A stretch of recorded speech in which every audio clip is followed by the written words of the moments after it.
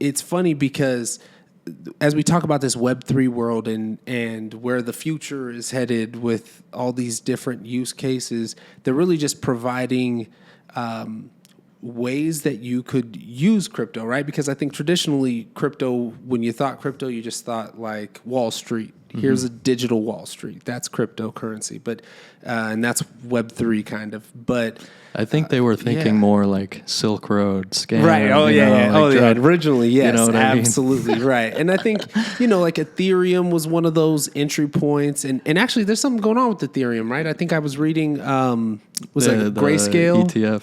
Yeah, so the Grayscale ETF. What was that all about? They launched the ETF today. Yeah, and it had, what was it? Over 400. Don't quote me. Over 400 million in outflows. So so it was like a pump and dump. I mean, I don't know if they even pumped it. It was just a dump. It was just a dump. Just a dump. Dang. But that's reflecting in the actual markets, and whether that's call it what you want, consolidation or what. But I think we're actually seeing real time, like what plays out when we mesh a blockchain that doesn't. I mean, it's very hard for that layer one to scale. Yeah. If you're trading in the native token, it's going to need a lot of gas fees. I mean, I pay $50 in a gas fee for sending $5 or whatever. It's ridiculous. So if you're looking at institutional investors, I don't know if they care that much about these gas fees. Yeah. But to the same point, I think, I mean, I don't have a huge opinion on it because it just came out.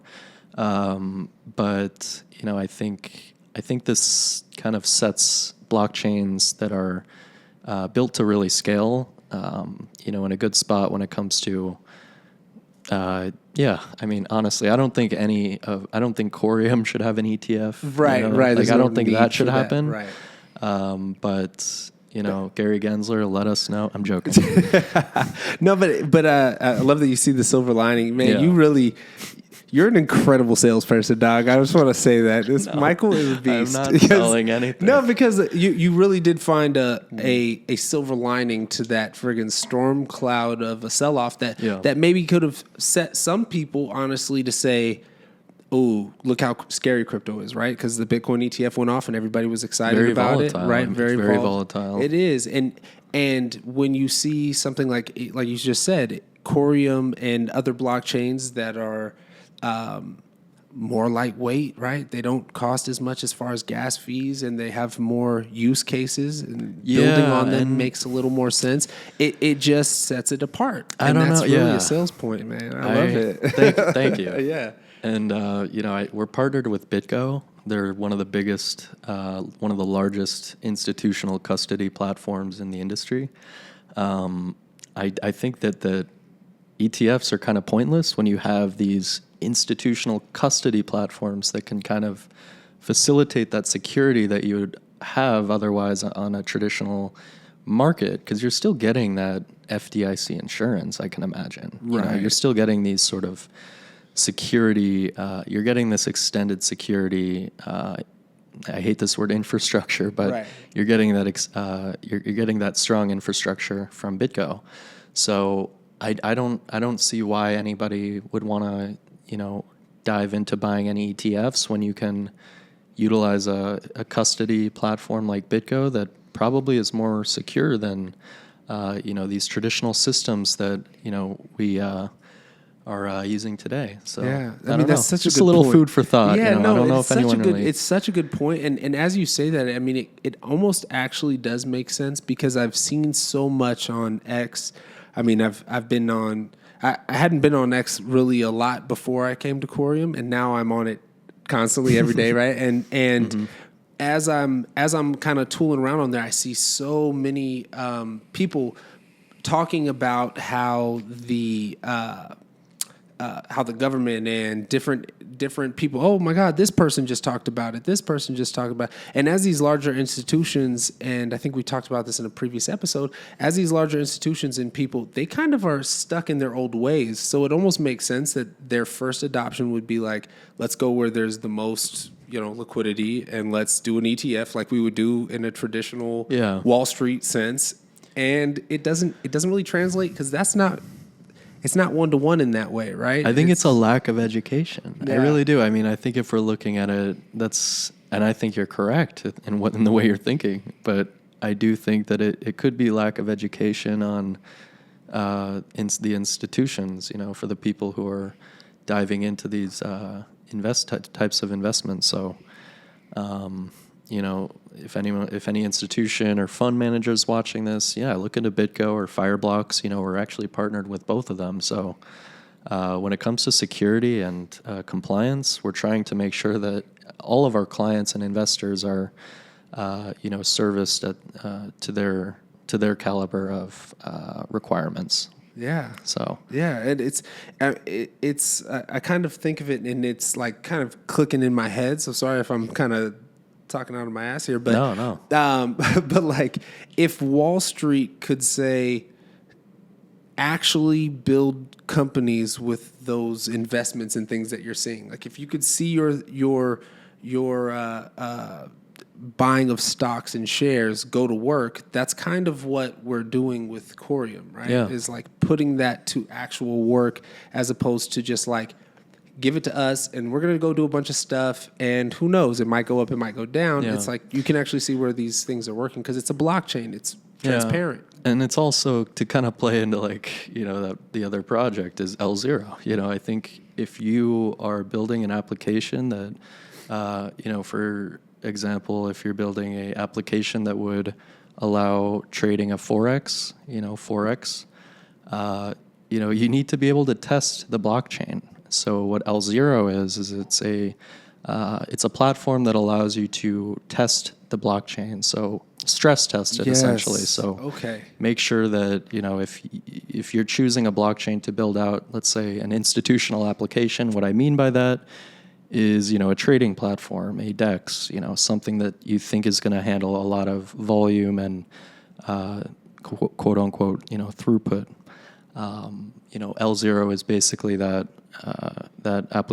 platform that you would use to stress test all of these different components of the blockchain. So at the protocol level and also at the smart contract level. Interesting. So does it like run like AI scenarios kind of or something like that? Like what if? That's a good question. What if you do all this? I think I could imagine maybe I think a lot of AI integrations. I think that would make sense. I'd have to talk to. I'd have to talk to the guy. Yeah. But that is thank you for saying that because honestly, I was a little bit lost. When it came to L0, but like I said, there's so many conversations that are going on, especially on X, where people are like, everybody's looking to the higher ups and the bigger people for advice or guidance or like what are they doing, trying to get inside their minds. And it's funny because the owner of X, right, Elon, he's got his opinion. I feel like my feed is just filled with Elon tweets. Elon, he mentioned today actually that the dollar is going to collapse, and that's a pretty strong statement for, especially the guy who owns X. He's the richest man in the world. He has the most U.S. dollars. Yeah, there's definitely, you take it for what it is. It could be FUD. These people could be playing different sides. But at the same time, look at the economy right now. He is right to an extent. He is right in my opinion. I think we're giving all this money to Ukraine. Now we are basically funding all these different wars. I'm not saying that it's right or wrong to do that, but this is just the reality we're living in. And they are facts. You're right. I'm not saying it's good or bad. I'm just because again, I have to look more into it, but what I do know is on a macroeconomic level, we can't sustain ourselves as a country if we are going to remain with the U.S. dollar as the reserve currency. Because if your national currency is reserve currency of the world, basically, that would entail you providing liquidity to all of these different foreign markets. And whether they're good or bad, I do believe that is kind of like a Gestapo type of structure. And I think that blockchain technology and, distributed systems, I think, really do fix this issue of, leveling the playing field. Yeah. I mean, I don't have enough of a finance background, I don't either. I do know, like, I really don't. Like, it's interesting, man, because like I find myself on, and we've had plenty of conversations about that, on kind of both sides of the fence a little bit, because I do recognize and realize that if you're the most powerful country and you're going to stay in power, then you got to like help your homies out. It's like, it's what keeps you there. And at the same time, also on that side of the fence is like, foreign policy is domestic policy. Like if you are concerned, if you're a person that's concerned about like borders and things like that, and people who are coming here escaping persecution or bad situations, you kind of have to like make sure that they're good there, and then they won't escape, and then you're kind of cutting it off at the head, right? And at the same time, I completely understand the idea of like, we've talked about this, like the Federal Reserve, like you just issue more currency, you're kind of watering down the market. If you just start to give it away too much, then it's too much in circulation, right? Like you just got too much out there or whatever. But do you right? believe, James, do you think that, in the past 5-6 years, I think that it's accelerated in a sense where, for me, I mean, I over observe. I'm not a pessimist, but I do think that a lot of this is kind of all by design when it comes to this collapse of our economy. And whether it's for good or bad, there's always winners and losers when it comes to a collapse. So I do believe the people who are pushing this narrative and pushing this bad economics, these people are going to win, and I think that we gravitate towards what's leveling the playing field.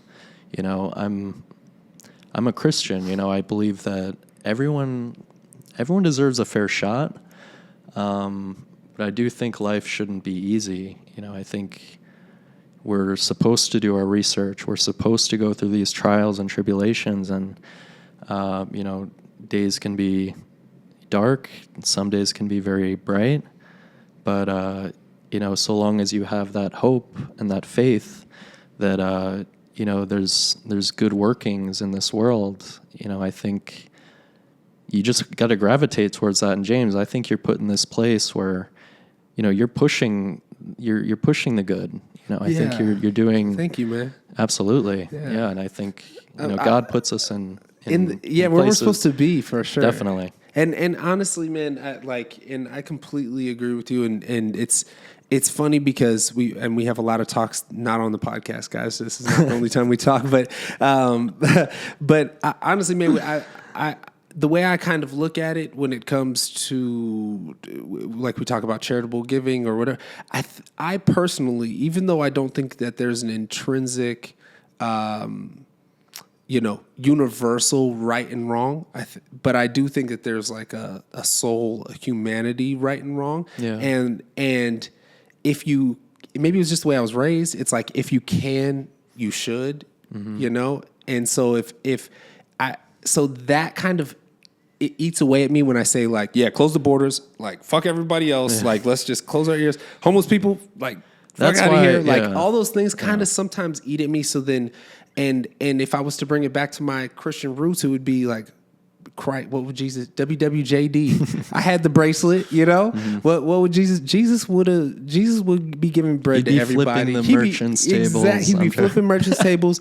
He would be taking down billionaires. He'd be Bernie Sanders, but black. Let's be honest. Hey, you never know. His feet were dark as brass. Exactly, dark as brass. Maybe hair like wool. Come on. But I'm just saying, I definitely, and again, neither of us are giving financial advice, nor are we politicians or have any. We're not telling you who to vote for or anything. But I just think it's important that we understand and I think this goes through our whole company, is that like we are trying to do and build something that is for the better. It's for the betterment of humanity. It's for the betterment of the people who are entrepreneurs. Yeah, you know, the people who are using their customers. it. Yeah, like so. I think that was what really drew me to this company once I got here and once I finally figured out what we do. But I think it's a beautiful thing, and like you said, banking the unbanked. Like there's so many beautiful things on the way.